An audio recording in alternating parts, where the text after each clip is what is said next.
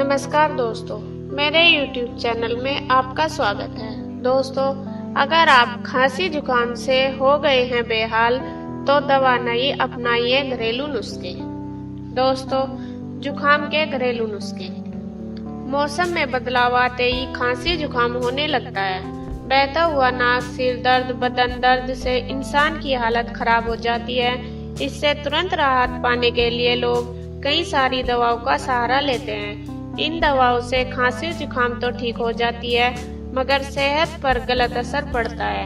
ऐसे में आज मैं आपको कुछ ऐसे घरेलू नुस्खे बताऊंगी जिनके इस्तेमाल से आप खांसी जुकाम ठीक कर पाएंगे और इससे कोई साइड इफेक्ट भी नहीं होगा।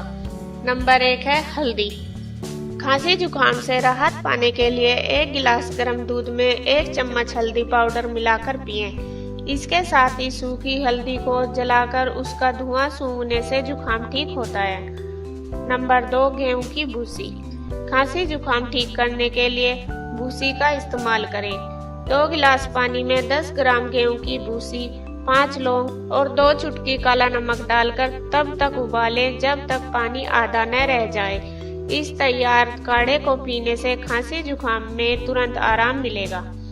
नंबर 3, तुलसी। तुलसी खांसी जुकाम के लिए किसी औषधि से कम नहीं।